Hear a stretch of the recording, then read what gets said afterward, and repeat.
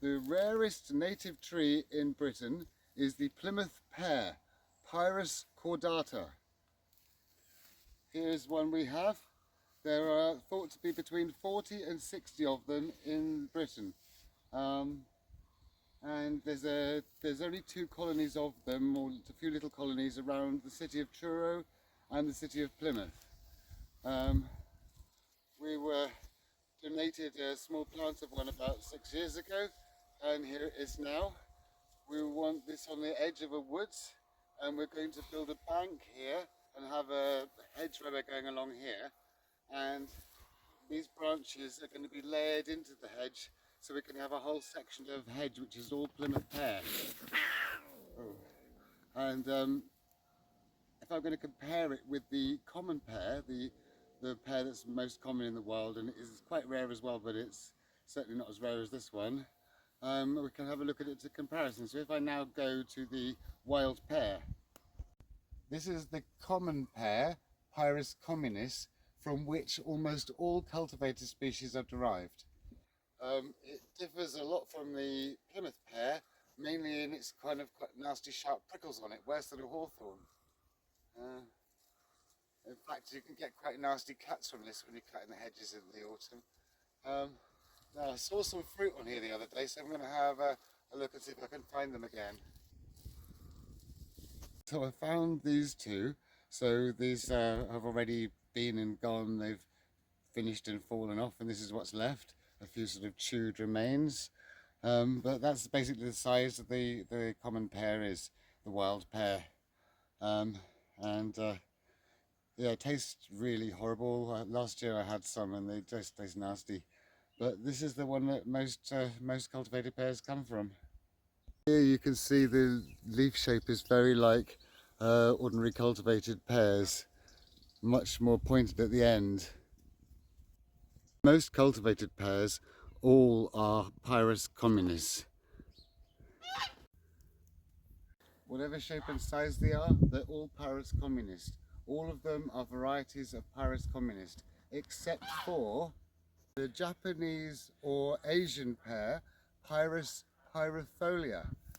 They look like apples, but if you come a bit closer, you can see they look kind of like weird apples, but they're not like apples at all. They're a bit hard still, they're almost ready. They're quite big. Yeah, they're nearly ready, not quite. But this is the only exception. You see the leaves are very different.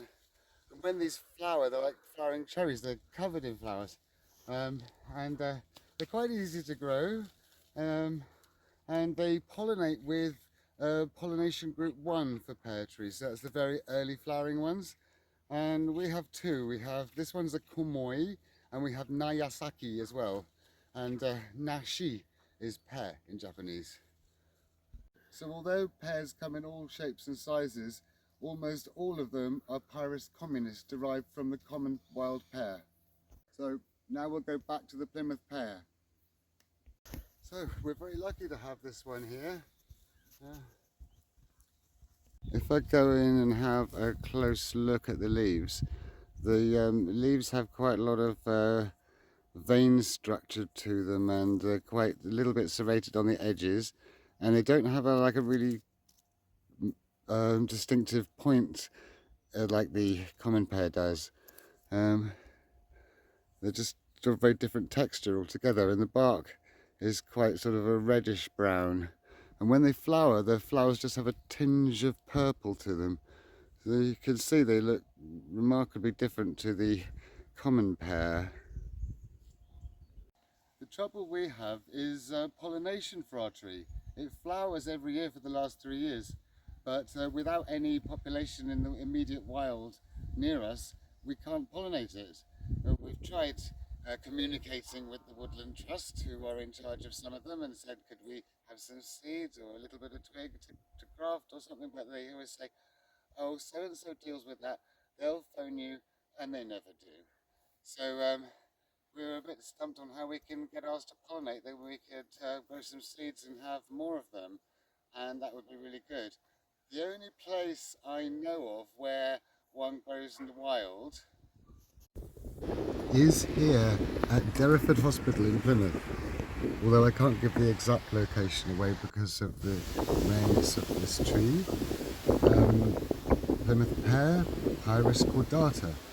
Different Latin name to the common pear, Pyrus communis, which was where most cultivated species come from. There are supposed to be between 40 and 60 of these trees growing in the wild in Britain. This is the only one I know of a location of, apart from the one at ours. The Woodland Trust maintain it, and they keep this fence around it, and they put some netting over it. I have contacted them many times and said, we've got one, could we please collect some seeds or a little twig to grow as a graft so that we've got a pollinator for ours. But they always say somebody will ring you, but nobody ever does.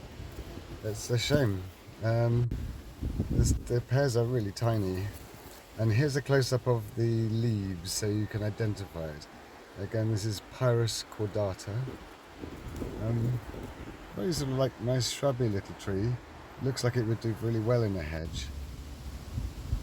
Nice little clump of them here, another tiny little pear.